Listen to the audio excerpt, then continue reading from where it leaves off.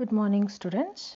Yesterday we have seen in Unix programming the different what is an operating system, what are its functionalities, what are the salient features of Unix operating system, and also the architecture of Unix, and we have executed some basic commands of Unix.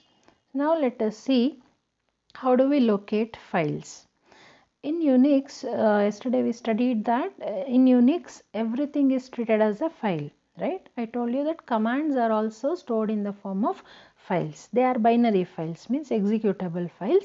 They will be usually stored in /bin directory, or they will be stored in /usr bin directory, or some of the commands may also be located inside the shell, which are called as internal commands. We have seen that yesterday, right? So now let us see how we can find out in which directory a particular command is present. So for that we have a command called type. Let us see how we can make use of it. All Unix commands are single words like ls, cd, cat, etc. These names, the command names, are usually in lowercase letters. These commands are files containing programs written in C. The command files are written in C. They are executable files. Then files and binaries associated with these commands are stored in directories. Directories means folders. What we call in Windows folders, here we call them as directories. You can find the location of an executable program using type command. So where that command is located, we can find out using another command called type. The syntax goes like this: type and the command which you want to find out where it is located. ls is a command, right? Yesterday we have seen ls stands for list. It will list all the files and directories in our current directory. So where this ls command is located, we want to know. So then I can say type ls. So what it will give you? It will give ls is /bin/ls. That means in the /bin directory ls command is present. Okay, so we can say it is an external command and hence it is present in /bin/ls directory. Likewise, you can locate the file. When you execute ls command, the shell locates this file in /bin directory and execute it. So when you give the shell, the command, when you give in the $prompt the command to be executed, then we have studied that shell is an interface between user and the kernel, right? So shell will accept your command and it will search where that command is located, where that executable file of the command is located. Then it will find it in /bin/ls directory and then it will execute. Okay, so that is how this ls type command is executed. Let us execute and see how this type command works in Termux. Okay, let me type command, type space. See, whenever you give any command some arguments, so type is a command, after that you have to give the argument, that is another command which you want to find where it is located.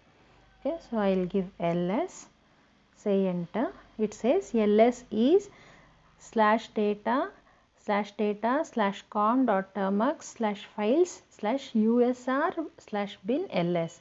See, it is situated here, usr bin ls. Okay, so in this path our ls command in termux is present. But if you execute it in Linux or Ubuntu, it may give you /bin or /usr bin. Okay, so in this directory it is located. So now let us check for some other command. Let us say type echo. Echo we studied yesterday, right? Echo is a command which will display the message whatever you give after this. So now it says echo is a shell built-in. What do you mean by this? Echo is a shell built-in means it is an internal command. If it is an external command, it will give you the path where it is present on the disk. But if it is an internal command, it will give you echo is a shell built-in. So let us see one more command. Type pwd. It is also a built-in command, that is internal command. Let us check for one more. Type date. Okay, here it is present in USR bin. Okay, it is present in USR bin.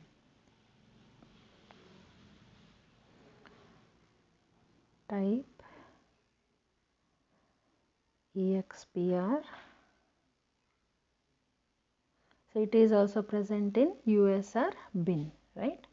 It is also present in USR bin directory. So likewise, you can find out where that command is present and whether it is an internal command or an external command using type command. Let us see, the next topic is path. What is this path? Path is an environment variable. Okay, path is an environment variable. There are several environment variables in Unix environment, and all those environment variables are written in capital letters for identification. There are environment variables like path, home, pwd, shell, then mail check. There are many other environment variables. We will study them in our further discussions. Now let us see this path. So path is little important. I will tell you why. So this path will, what it will store? It will store the sequence of directories that the shell searches to look for a command specified in its own path. When the user gives the command to the shell will search for all those directories which are listed under path for searching the executable file of that command, and it will execute. It should know where it is situated, right? It cannot search the whole system for that command. So there are certain directories which are listed under path environment variable. Shell will only search for those directories for the executable file of the command, and it will fetch the file and execute. If it is a shell built-in, it will take from within itself, or if it is not present, then it will search in the path directories. And you should know that in Unix you can create your own command also. When you create your own command and you store it in some directory, remember that you have to enter that directory also. You have to make an entry of that directory also in the list of path directories. Okay, you have to change the you have to make an entry in the path that new directory also. If you don't do that, your command cannot be executed, because shell will only find out, right, in the directory. Shell will only search for the command in the directories listed under path. If that directory is not listed under path, shell cannot recognize that file and it will not execute. It will give you the error unknown command. Okay, so path, you can change the content of the path if you want to make any of your own command execute. So these directories which are listed under path are colon separated. Okay, you can have multiple directories listed under path. Each one of them are separated by a colon. They can be seen using command echo $path. We will execute and see. So you can see what are all the directories which are listed under path by executing this command echo $path. See, path is an environment variable, and whenever you want to see the value of a variable, you should use dollar. Dollar means to access the value of this variable. So value of path, this means. So it will display the path, the directories which are stored under path environment variable. When you issue a command, the shell searches list in the sequence specified to locate and execute it. That is what I said. Okay, let us execute and see the path, what are all the directories which will be there in the path directory. Let us type the command echo $. You have to give a space after the command, otherwise it doesn't recognize, it will treat the entire thing as a single word. So after the command, any argument if you are giving to the command, you should leave a space as a separator. You can leave a space or you can leave a tab or combination of tab and space both. You can give multiple spaces also. It will be recognized by the shell and it will be simplified. So combination of spaces and tabs is called as white space. So echo $, you have to give it in capitals, path, $path. See, these are all the directories which you can see in which the commands are stored. Okay, from all these directories, the command in all these directories, the commands will be stored. And shell, when you give, see, when you give in front of this $ symbol any command, that means you are offering that command to the shell for execution. So shell is only, it is only giving us the interface, right, to communicate with the operating system. So this $ prompt is nothing but the shell which is executing the command from us. So when the shell accepts the command, then it will search in all these directories. See, they are separated by colon, you can see there, colon is there. So they are separated by colon, and in all these directories shell will search for your command and then it will execute. Say for example, if you type date command,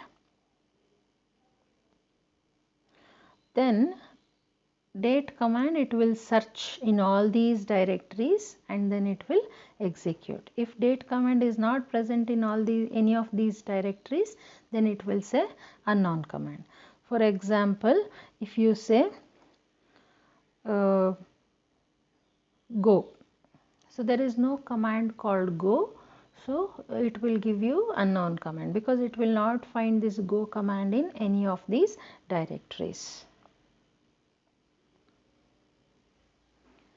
Okay, next we'll go through the command structure. So how you can give the command, in what format, what are all the arguments a command can take. Okay, the general form of Unix commands is like this. There will be a verb. Verb is nothing but a command. Okay, so like echo, then type, such verbs. Okay, so that is a command. And options, after that you can give some options. See, options are optional, so whatever is given within square parenthesis, it identifies that it is an optional thing. Okay, and arguments you can give, that is also optional. Okay, options and arguments you can give with the command, but these are optional. Simply command only also you can execute.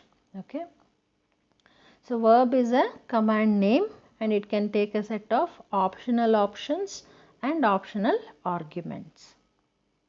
So options means, in the previous class we have seen ls minus l, right, that minus symbol with l. So that is an option. Okay, so ls without option also you can execute. Simply it will display the files and directories in the current directory, but if you say ls minus l, then it will give you the long list of all the files and directories in your current directory. So that is the option. Okay, so then commands, options and arguments have to be separated by spaces or tabs. Okay, so here you can see they are separated by spaces. If you give continuously, it will be treated as one word and it will not be identified by the shell. Okay, so whenever you have to give the options along with commands and also arguments, you have to leave some spaces, or you can use tabs also. A continuous string of spaces and tabs together is called as a white space, I told you, right? The shell compresses multiple occurrences of white space. Suppose by chance if you have given by mistake 2 tabs or 3-4 spaces in between, then it will compress. The shell will compress the multiple occurrence of the white space into a single white space. Then let us look into the options. The options are these options. How you can give options along with the command. An option is preceded by a minus symbol. So whenever you encounter something with a command with a minus symbol, you should understand that it is an option. To distinguish from file names, okay, file names are arguments, okay. You can give for example, if you want to display the content of a file, then file names you have to specify, right? So file names are arguments. So to differentiate between arguments and options, options will have a hyphen symbol, minus symbol before it, and they are single letter options. For example, ls minus l, yesterday we saw it, right? So minus l here along with this ls command. Ls means list, right? It is a verb. So minus l is an option with ls. So whenever we come across a minus symbol, we should understand that it is an option of ls command. So ls without minus l, if you execute, it will list only the files and directories. But if you use with minus l symbol, minus l option, then it will long list, okay. It will give the attributes of the files and directories also, like name of the file, size of the file, owner of the file, date and time of creation. All those things will be also displayed along with the file names. There must not be any white space between a minus symbol and the L, okay. So here there should not be any space between this minus symbol and L. This should be continuous. And all the options are predetermined. They are fixed, prefixed already. You cannot have your own options. It will give you an unidentified option. Only the pre-existing options only you have to use. Options can be normally combined with only minus sign instead of using. So here see, multiple options also can be used along with a command, like you have minus l, minus a, minus t. With ls you can use multiple options with ls. Rather than writing 3 minus symbols, you can club all those options at once and you can use only single option, like single minus symbol like this. Rather than writing minus l, minus a, minus t separately with ls command, you can simply write ls minus lat. You can merge all of them together and then you can write it as a single option with minus symbol. Then how to give file names as arguments with the command. So many Unix commands use file names as argument, so that command can take the input from the file. Okay, so like if you would like to display contents of the file, the input of the contents of the file will be taken from the file, right? If you would like to copy one file to another file, then also you should give file names as arguments. If a command uses a file name as argument, it will usually be the last argument after all the options. So first options will be given, then the file names will be given, the arguments will be given. Example, cp file 1, file 2, file 3, and this is a directory. Okay, so here no options are given. You can see no letters with the minus symbol is there. Cp is a command, stands for copy. It is asked to copy all these files to this directory. Okay, so these are all the arguments. You can give file names as argument and also a directory name as a argument. Okay, even directory is a file, right? Everything is a file in Unix. So that is the beauty of it. So here all these files, file 1, file 2, file 3 are copied to the directory, destination directory. Okay, that is the meaning of this command. We will execute and see how copy command works later.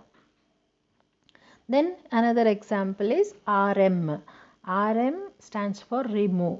Remove means delete a file. Okay, So single file you can delete or multiple files you can delete.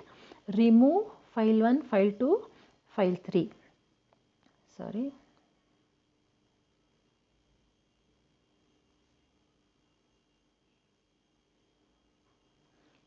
Okay, RM, file 1, file 2, file 3.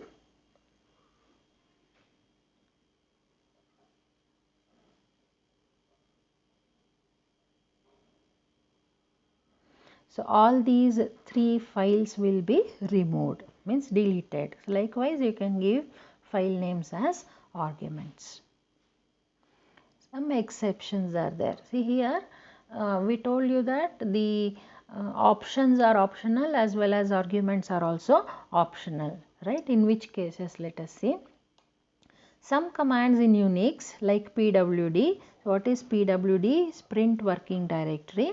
It will not take any options and arguments. See, pwd will not take any options or arguments.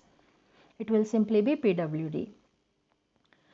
But some commands like who, they will take options but they will not take arguments. Okay, who means who command. Yesterday I told you, no, who command will list all the users who have currently logged into the system. As Unix is a multi-user operating system, you can check who are all the users currently accessing the system, list of users. So who command will list all the users who are currently working on the system. So who command will take only options but not the arguments. But ls command, see ls command, see simply ls you can execute ls with option, or you can execute ls with file names also, arguments also. So ls f1 f2, that means you are asking ls f1 f2 means you are asking ls command to display or check whether f1 and f2 files are existing or not. Okay, then all of them also you can use with ls command. Ls minus l is the option, f1 f2 are the file names. So what this will do, it will list file 1 and file 2 with long listing. Okay, it will display all the attributes of file 1 and file 2. So ls command is one such example command where you can use options and arguments. You can use only option, you can use only arguments, or you can just simply execute the ls command without options or arguments also. Some commands compulsorily take options. So without options they will not work. For example, cut. So you have to specify whether the data given is to be horizontally cut or vertically cut with -v or -h option. So compulsorily you have to give the option for cut command. Some commands like grep, sed. So these commands grep and sed, they are used for pattern matching. Okay, we'll study them in our upcoming discussions. So grep and sed are used for pattern matching and they will take expressions as arguments. Okay, expressions, regular expressions, so which we'll be studying in ATC also, Unix also you will be studying. Okay, so expressions they will take as arguments, or a set of instructions also can be passed as arguments. Accordingly that command will be executed. Okay, you can combine the multiple commands on a single command line. Let us see how. Unix allows you to specify more than one command in a single command line, but you have to use the semicolon for separation, first command and the second command. Example goes like this. See, this dollar will already be there. I have seen many students getting confused by typing this dollar also. You need not have to type the dollar symbol when you are executing the commands. It will already be there. It is a prompt, shell prompt, in front of which you will have to type the command. Okay, so this is the command wc sample.txt. wc is the command, sample.txt is the name of the file which is an argument. wc stands for word count. It will count the number of words, number of characters and number of lines in the given file sample.txt, and there is a comma. ls is also given in the same line. Okay, so now wc and ls both are executing on the same line. ls minus l sample.txt means it will long list the sample.txt. So both together you can write in a single line separated by a semicolon. And you can group several commands by using a parenthesis, and the output of which you can store in a file also. See, by default, whenever you execute a command, the output of the command will be shown on the screen itself where you are executing. But sometimes you don't want the output to be shown on the file, shown on the screen, but you want to store it in some file. Then you can use this redirection symbol. So this chevron symbol, this is called as greater than symbol, is called as chevron symbol. So this chevron symbol, it is also called as redirection symbol in Unix.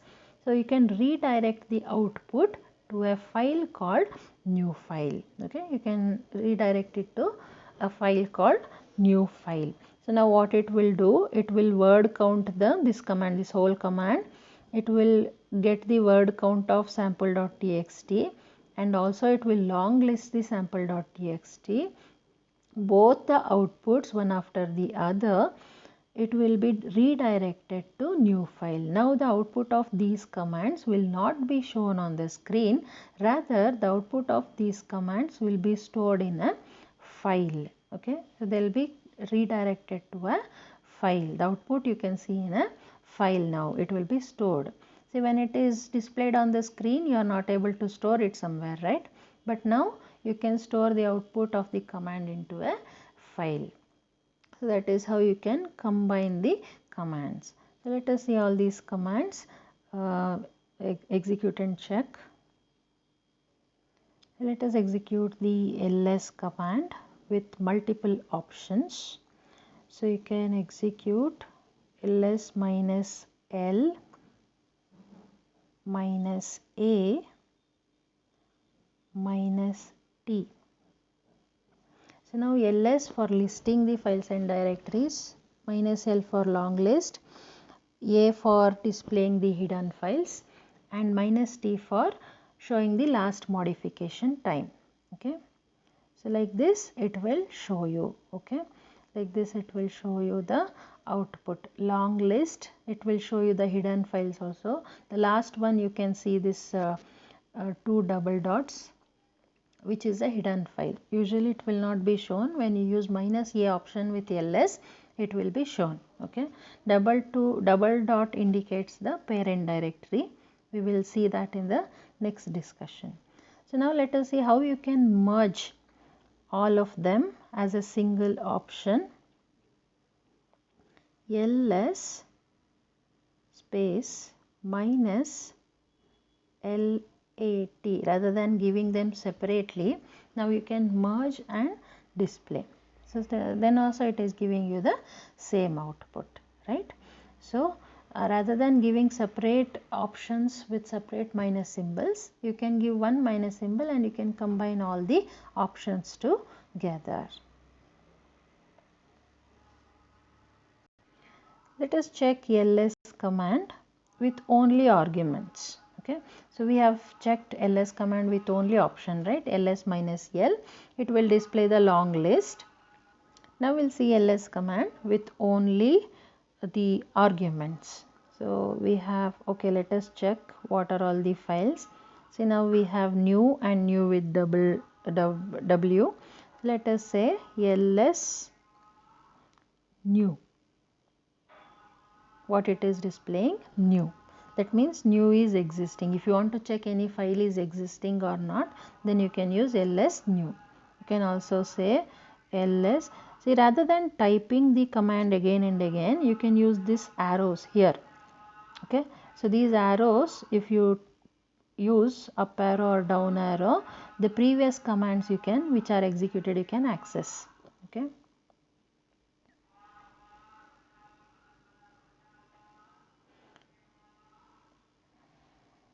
Okay, ls new and ls new with two w's.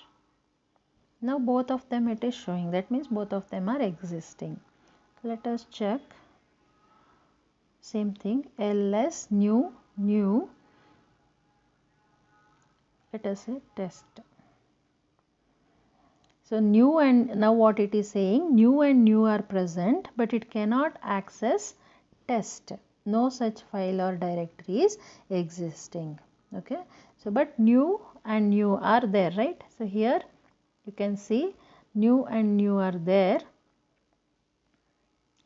Here you can see new and new are there but test is not there. So it is telling you like this. So you can find out which files are you want. If you have some doubt, you can check the files are there or not. Okay, then you can say ls minus l new, then it will give you the long list of only file new.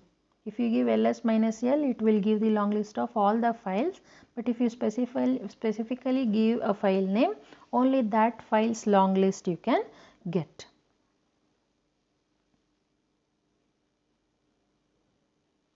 You can give ls minus l new and new with 2 w's, then both the files long list will be displayed. Okay, now we will see how we can combine the commands. Let us say date, then semicolon, ls new. So now it is giving the output of both the commands, right? In the first line you can see the date output is given. In the second line it is giving you new. That means new file is existing. So like this you can combine two commands and check in a single line both the commands output, one after the other it will display. Let us see how you can see. Now output is shown on the screen, but if you want to redirect the output to the file, let us see how you can do it. Let us check. So let us say same commands with bracket,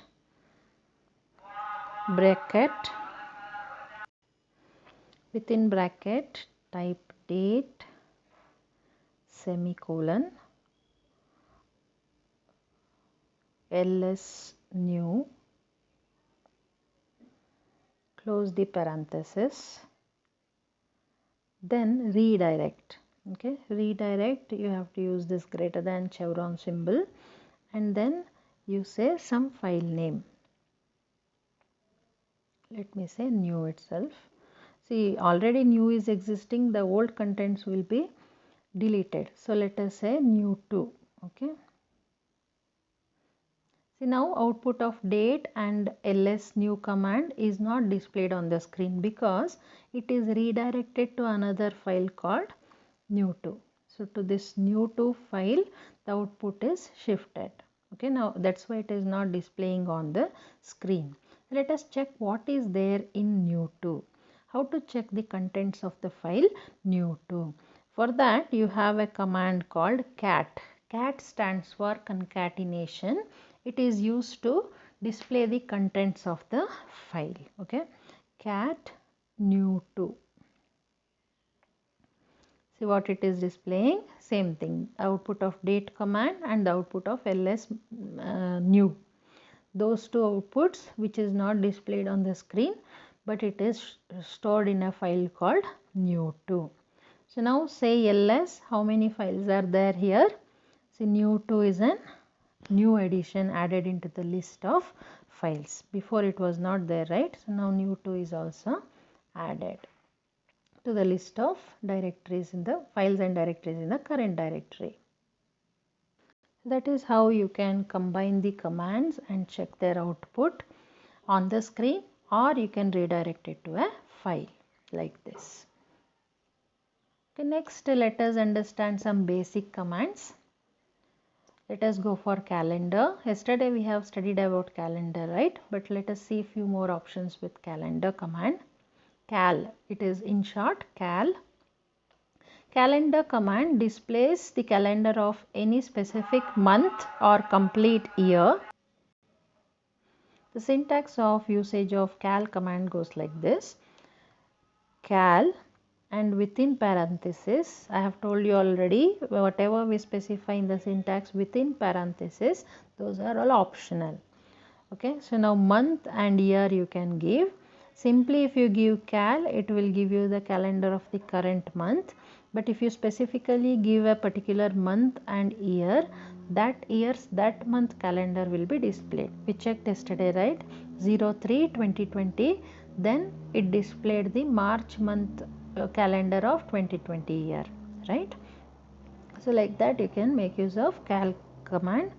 Cal can also be used without arguments to display the calendar of the current month. To display calendar of the entire year, you have to give the entire year name as the option argument. Okay, cal 2016 or 2020 or any other year you want to see the calendar, you can give that year, then entire year calendar will be displayed. And you can use this more option, which is used in pipeline. This is pipeline. Okay, we'll see about this later. It will display the page wise calendar, because entire year calendar when you display, it will be at once displayed and it will not be fitting in the entire screen, right? The whole calendar you will not be able to see at once. So page by page you can see using that more option. So all these we have worked out in the previous class. Let us move on to the next command, date command. So date command is used for displaying the system date. This also we have used yesterday, but there are many other options related with date. Let us see. To display current date, you just say date, then it will display the current date and time. To display the month, okay, to display the month, only month, you can give like this, date plus mod m, then only day, month it will display. If you want to display the month name, then you can say date plus %h, then it will give you the month name. Similarly, you can combine both of them to display the month name and month number. So now you can say plus within quotes, double quotes, %h, %m, then both month name and month number will be displayed. Then to display day of the month, you can say plus %d, so then date will be displayed. Then to display the last two digits of the year, you can say plus %y, then last two digits of the year will be displayed. Then to display hour, minutes and seconds, date will also display date and time, right? So these are all the options used for displaying different components of the date output. So here if you would like to display hour, minutes and seconds, you can say %h, %m, %s within quotes, then it will display hour, minutes and seconds separately. Then if you would like to display the date in MMDDYY format, okay, to display the date in MMDDYY format, you have to say date plus %d, then it will display the date in MMDDYY format. Then to display the time in HHMMSS, hour, minute, second format, you have to specify date plus %t, then it will display hour, minute, second format. Let us execute these date commands. See, when the commands will be asked like explain the following commands, then they may give in the question, they may give 4 or 5 commands. So you have to write complete details of those commands. Okay, so when date command is asked, simply don't write that it will display date and time. No, you have to explain all these options. So what we saw just now, all these options you have to explain, and you have to tell what output you are going to get after execute this command in these formats. Okay, so let us execute this date command in all these formats and check what output we are going to get. Okay, when you execute date command, you can see all these components will be displayed. But if you would like to display only the month number, then you will say date plus %m.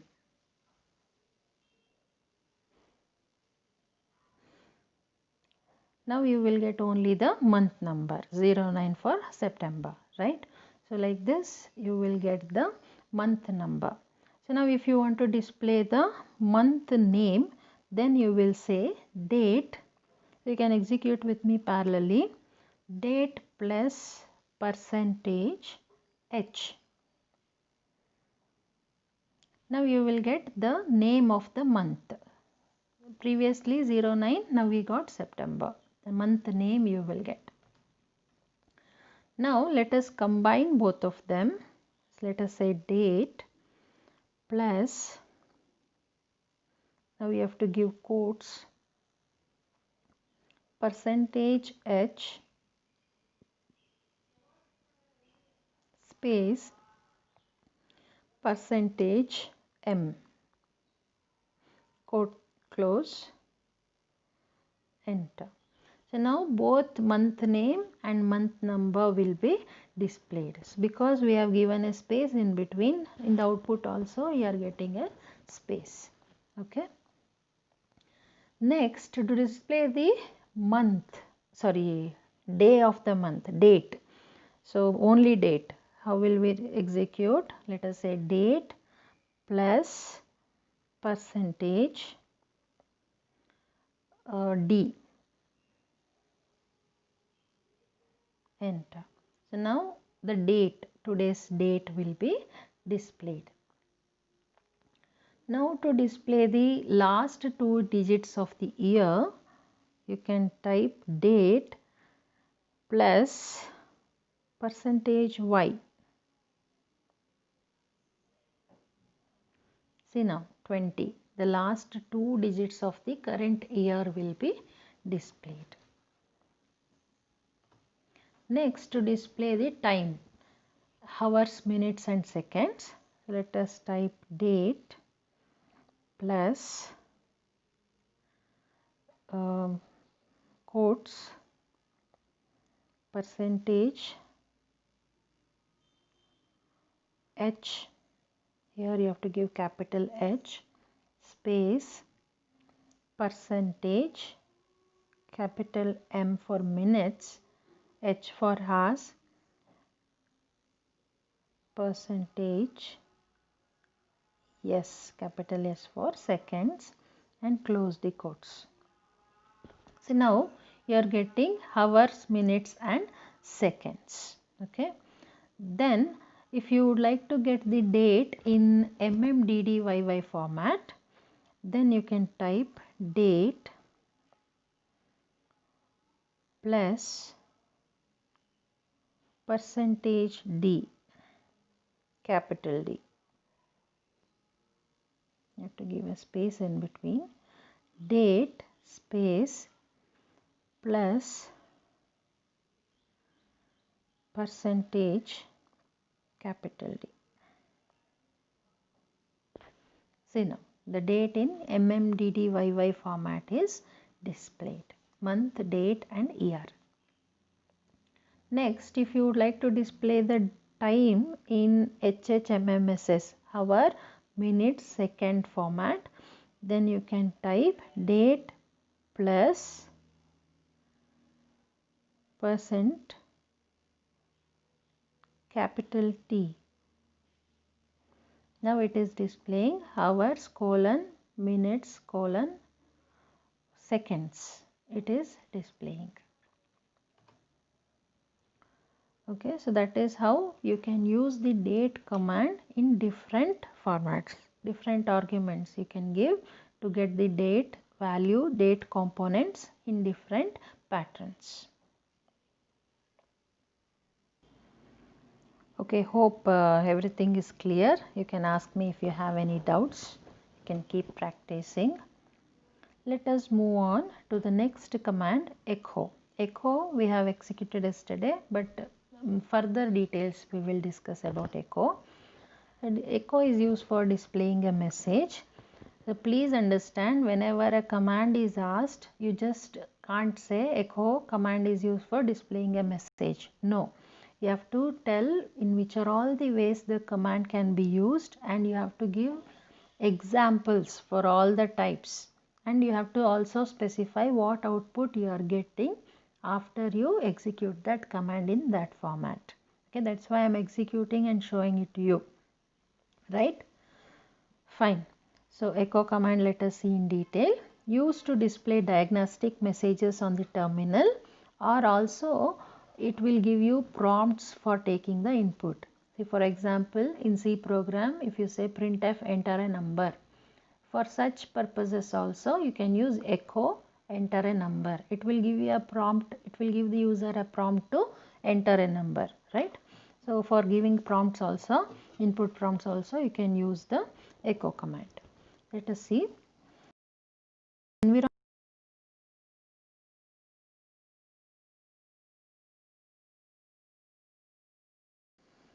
Environment variables means we studied about path, right?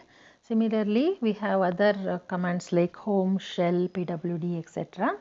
For evaluating path, environment variables, like we said, echo $path, right? So for displaying the values of environment variables also, you can use echo command.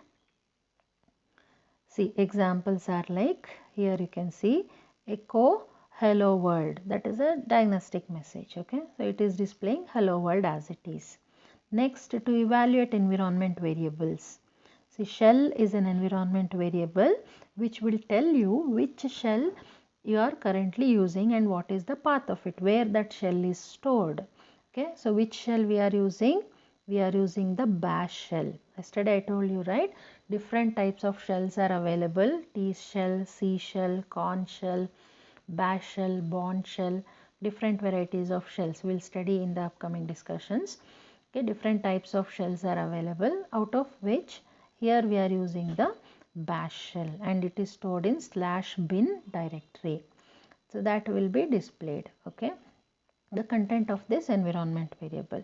Shell environment variable will store the path of the current shell which you are using. Okay, so this is an environment variable, that's why we have written it in capital letters. So if you say echo $shell, the value of which will be displayed.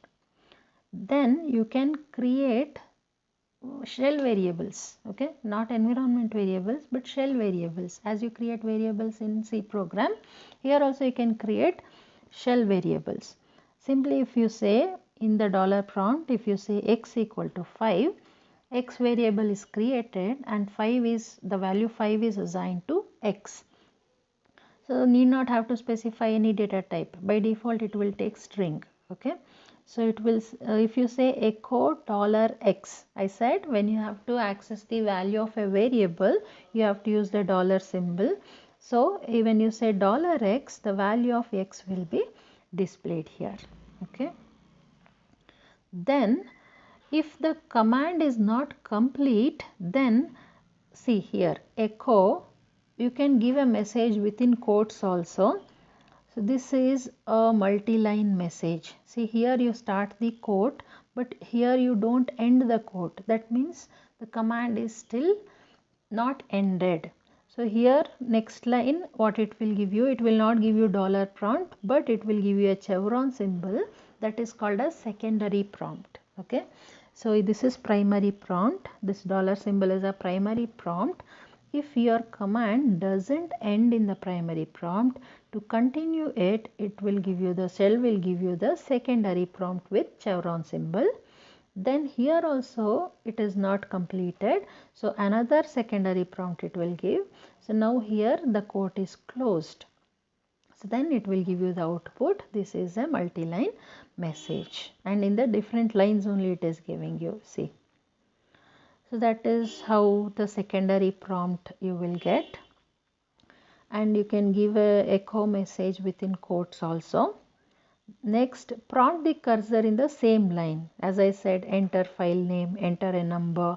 Such prompts also you can give with echo. Okay, so echo, enter the file name, /c. /c is an escape sequence. You have studied in C program, right? /n, /b, /t, /v, escape sequences, right? /n for new line character. Similarly, here we have /c, which is for making the cursor stay on the same line. If you give /n, cursor will go to the next line, but if you say /c, it will stay on the same line here. Okay, it will say enter file name, and the cursor will be pointing here only, it will not go to the next line. Okay, that's why /c is used. And other escape sequences like /n, /t, /b, which you are using in C programming, can also be used along with the messages. So when you are giving this, you have to enclose the message in the quotes. Fine. Okay, let us execute them and check. Okay, now when you type echo hello world and press enter, the diagnostic message will appear as it is. But when you say echo and you start a quote and you type something hello, but you don't close it and press an enter, see, then secondary prompt will appear to continue the command. Now I will say good morning, but still I will not complete. I will say enter. So again one more secondary prompt it will give you. Then I will say enjoy your class.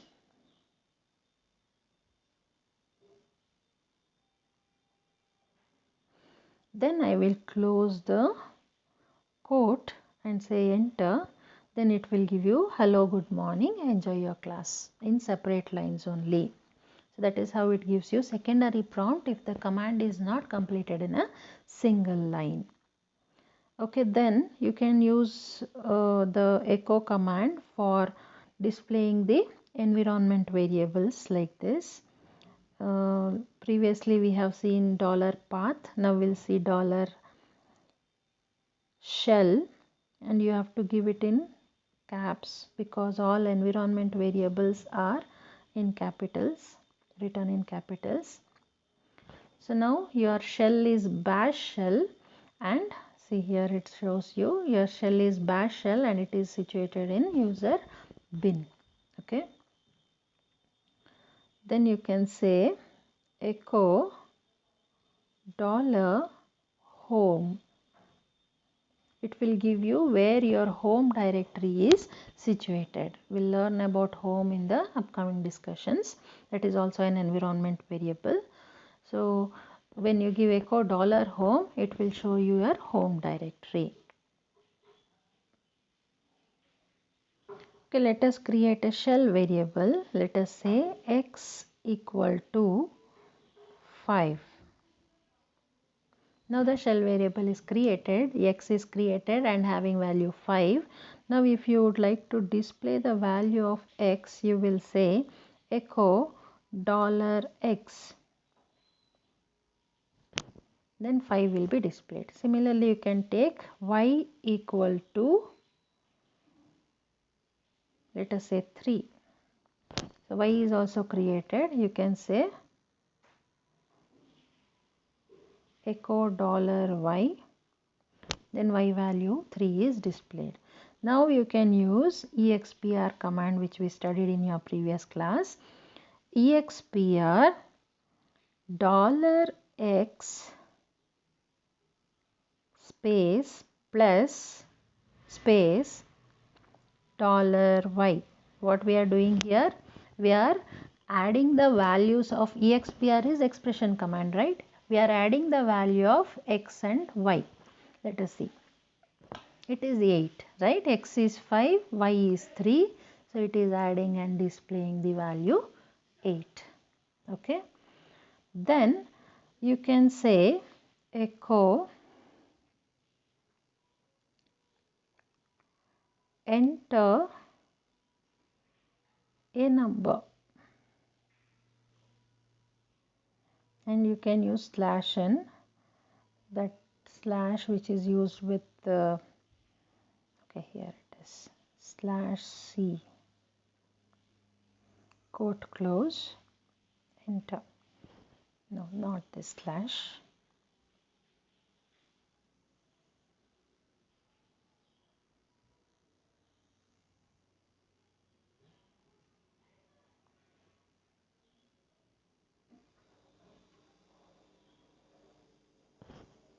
No, both of them are not working. Okay, fine. Escape sequences may not work here. You can try in your systems. Okay, so that is about the echo command. Whenever echo command is asked, you have to execute, you have to explain all these things, and you have to give all these examples and their respective outputs, and the explanation for the output also you have to give. Okay, okay, that's all for today. I hope you enjoyed your class. Let us meet in the next class. Have a good day. Bye.